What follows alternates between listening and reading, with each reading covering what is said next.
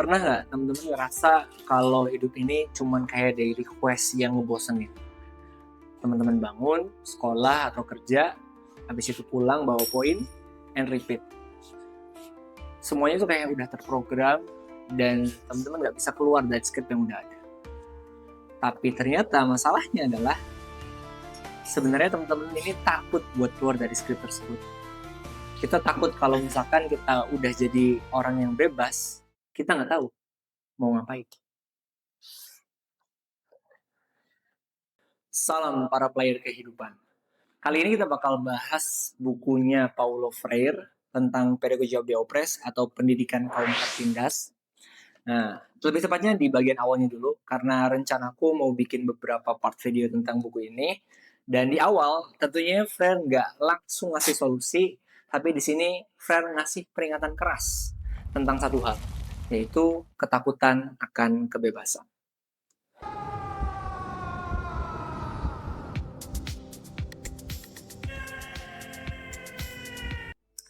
Di bagian pendahuluan ini, Freire bilang kalau misalkan orang yang terjajah itu punya dualitas dalam kepalanya. Di satu sisi, mereka pengen jadi orang yang bebas atau merdeka. Di sisi lain, mereka takut akan kebebasan itu sendiri. Kenapa? Karena orang yang terbebas tentunya punya tanggung jawab. Lebih baik atau lebih enak jadi NPC yang nungguin instruksi doang daripada jadi player yang harus nentuin kehidupannya harus bagaimana. Nah, ini juga yang bikin kita sering terjebak sama apa yang disebut sama Freire yaitu sektarian. Ibaratkan sektarian ini orang-orang atau gamers yang fokus sama satu meta aja dan nggak mau dengerin penjelasan yang lain. Mereka kaku, anti kritik, dan cenderung benar sendiri. Padahal mereka sendiri juga ngejalanin program yang dibikin sama orang lain. Dan mereka nggak mau sadar akan hal tersebut.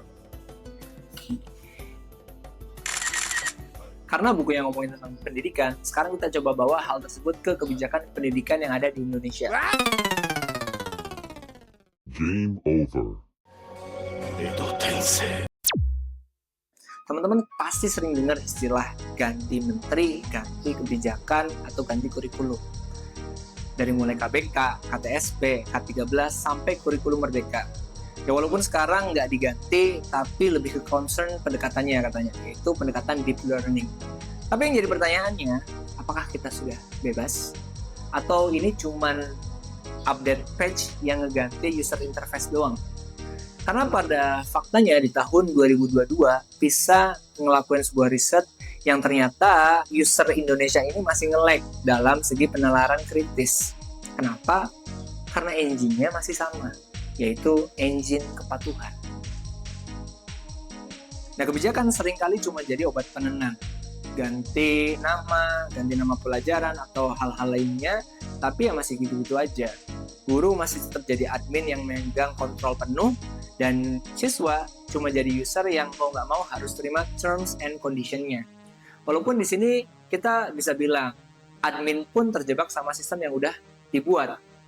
Salah satu contohnya misalkan, server yang harusnya buat 20 orang, tapi dipaksain buat 30-50 orang.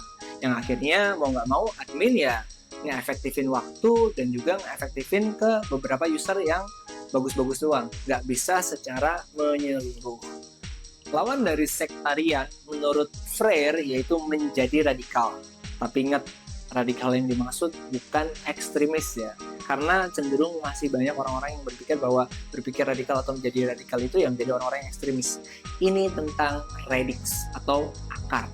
Orang-orang radikal itu berani nanya sampai ke source code-nya. Berani nanya sampai ke pusat permasalahannya. Kenapa aturan ini ada? Lalu developer mana yang diuntungkan dari peraturan ini? Orang-orang radikal itu nggak takut sama yang namanya dialog. Karena mereka tahu dunia ini nggak statis, dan dunia ini bisa diubah dan bisa dimod. Bagaimana caranya memperluas kemampuan kita atau pemikiran kita atau kehidupan kita menjadi yang lebih baik lagi. Freire menutup bagian pendahuluannya dengan sebuah janji pahit. Dia bilang, kalau perjuangan memanusiakan manusia itu sebuah perjuangan yang berat dan nggak akan selesai sekali patch doang. Jadi buat teman-teman player kehidupan, pertanyaan cuma satu. Apakah akan tetap menjadi NPC yang nyaman dengan skrip orang lain? atau mulai jadi player radikal yang memperjuangkan kebebasannya sebagai seorang manusia. Dan teman-teman di sini juga harus berani buat berpikir secara binarisme. Baik dan buruknya seperti apa, jadi user dan jadi developer itu seperti apa rasanya. Pesan terakhir, jangan takut buat memperjuangkan kebebasan, karena di luar sana, open world yang sesungguhnya itu lagi nunggu teman-teman buat dieksplorasi. Gue Iqbal Opus, selamat bermain dengan cara yang lebih merdeka lagi.